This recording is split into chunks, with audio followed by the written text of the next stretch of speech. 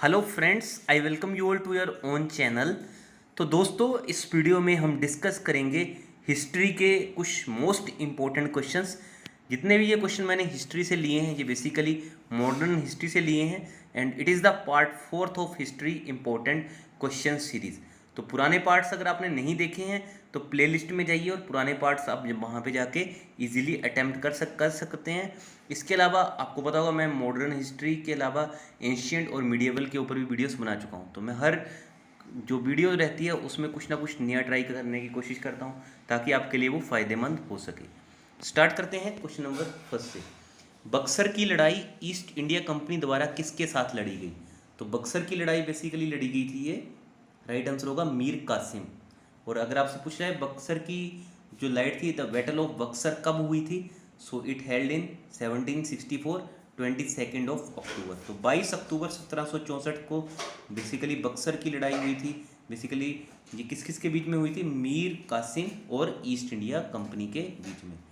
Next question is vernacular press अधिनियम और शस्त्र अधिनियम किस वायसराय के द्वारा पारित किया गया था? तो बेसिकली आपको बताना, ये वर्नाक्यूलर प्रेस अधिनियम है वो किस वायसराय के टाइम पे पास हुआ था? तो बिल्कुल सही आंसर होगा लॉर्ड लिटन। तो लॉर्ड लिटन के टाइम पे ये बेसिकली पास हुआ था। Next question is Lord Ripon ने हंटर आयोग का गठन किसके लिए किया था? तो बेसिकली लॉर्ड रिपन ने जो हंटर आयोग बनाया था, तो ये हंटर किस लिए फेमस था? तो ये बेसिकली भारत में शिक्षा के सुधार के लिए, जो एजुकेशन रिफॉर्म्स थे वो इसके लिए ये हंटर कमीशन फेमस था। मूव करेंगे नेक्स्ट क्वेश्चन की तरफ। निम्नलिखित में से किसे मराठा मैकियावेली कहा जाता है? तो किसे मराठा मैकियावेली कहा जाता है? तो राइट आंसर होगा नाना फडणवीस। तो नाना फडणवीस जी को मराठा मैकियावेली कहा जाता है। नेक्स्ट क्वेश्चन इज पूना समझौते के संदर्भ में कौन सा सत्य कथन असत्य है? तो आपको बताना है कि जो पूना पैक्ट हुआ था, बेसिकली ये पैक्ट किस किस के बीच में हुआ था? ये हुआ था गांधी जी और अंबेडकर के बीच में। तो राइट आंसर होगा इसका बिल्कुल ऑप्शन ए। तो यही कथन असत्य है क्योंकि ये बेसिकली गांधी जी और अंबेडकर के बीच में हुआ था, नेहरू जी और अंबेडकर के बीच में नहीं हुआ था। तो असत्य कथन है ऑप्शन ए। नेक्स्ट क्वेश्चन पे मूव करने से पहले यही कहूँगा, अगर चैनल को सब्सक्राइब नहीं किया सब्सक्राइब कर लेना, साथ में बेल आइकन प्रेस कर लेना। इसके अलावा इंस्टाग्राम और टेलीग्राम दोनों जगह जुड़ सकते हो आप हमारे साथ। इसके अलावा वीडियो अच्छी लगती है तो प्लीज़ लाइक कर देना, अभी लाइक कर देना, बाद में बेसिकली आप लाइक करना भूल जाते हो। इसके अलावा इस वीडियो को शेयर जरूर कीजिए। जितने भी आपके दोस्त इंस्टाग्राम, टेलीग्राम, फेसबुक, व्हाट्सएप पे हैं उनके साथ वीडियो को जरूर शेयर कीजिए। और चैनल पर पहली बार आए होंगे तो चैनल को सब्सक्राइब करके बेल आइकन प्रेस कर लीजिएगा, क्योंकि हर वीडियो की नोटिफिकेशन आपको बेल आइकन को प्रेस करने के बाद ही मिलेगी। तो नेक्स्ट क्वेश्चन इज निम्नलिखित में से भारतीय शिक्षा का मैग्ना कार्टा किसे कहा जाता है? तो बेसिकली ये कहा जाता है वुड्स डिस्पैच को। सो वुड्स डिस्पैच को बेसिकली कहा जाता है भारतीय शिक्षा का मैग्ना कार्टा। नेक्स्ट इज निम्नलिखित में से किस वायसराय की हत्या उनके कार्यालय के दौरान की गई थी? तो किस वायसराय की हत्या उनके कार्यकाल के दौरान की गई थी? तो राइट आंसर होगा लॉर्ड मेयो। तो इनकी हत्या इनके बेसिकली जो कार्यकाल था उसके दौरान ही हो गई थी। भारतीय टंकन कागजी मुद्रा अधिनियम किस वायसराय ने पारित किया था? तो भारतीय टंकन कागजी मुद्रा अधिनियम पास किया था लॉर्ड कर्जन ने। Option C is the right answer for this question. Next question is Srirangapatnam की संधि का संबंध किस युद्ध से है?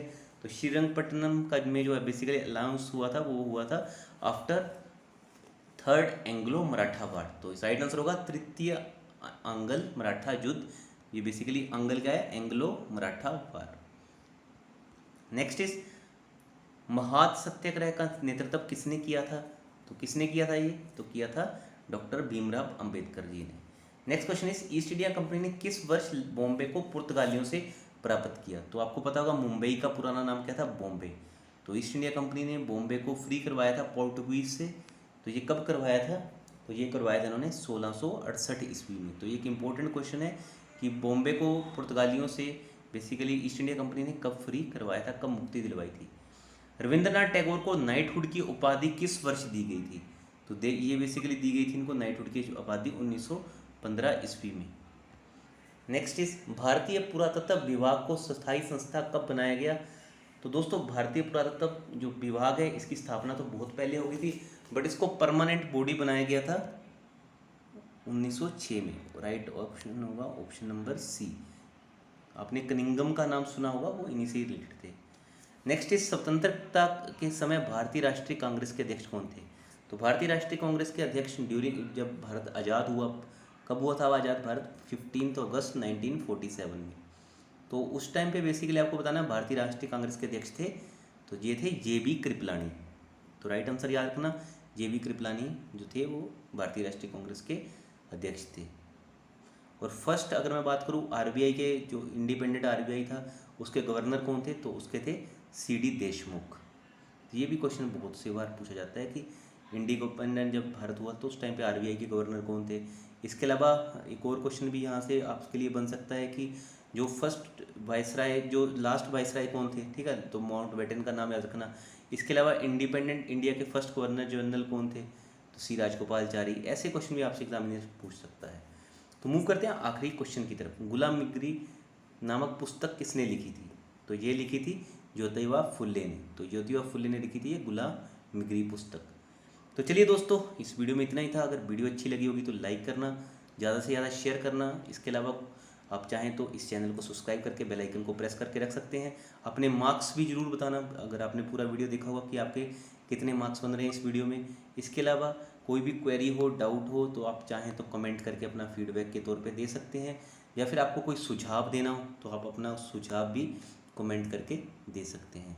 तो चलिए दोस्तों, अपना कीमती समय मुझे देने के लिए आपका बहुत बहुत शुक्रिया।